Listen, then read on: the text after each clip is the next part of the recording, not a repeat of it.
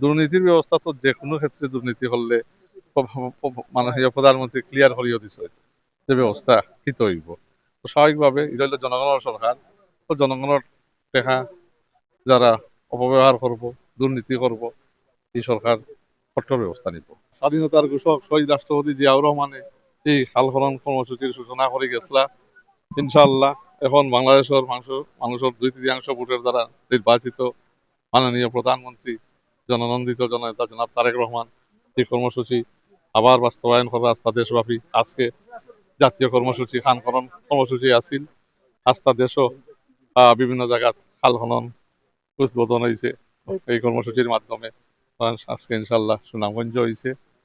তো এই খাল খনন কর্মসূচি পরিবেশের দায়ী ইম্পর্টেন্ট, আপনার in terms of canal water ইভ্যাকুয়েশনের দায় খুবই ইম্পর্টেন্ট, এবং আপনার বিভিন্ন ধরনের রোগ এবং এগুলারে প্রতিরোধ করার, স্পেশালি ডেঙ্গু, আপনার বিভিন্নভাবে অবৈধভাবে খাল টাল ভরিয়া যাতে দখল না হয়, এগুলা খাল দখল করা।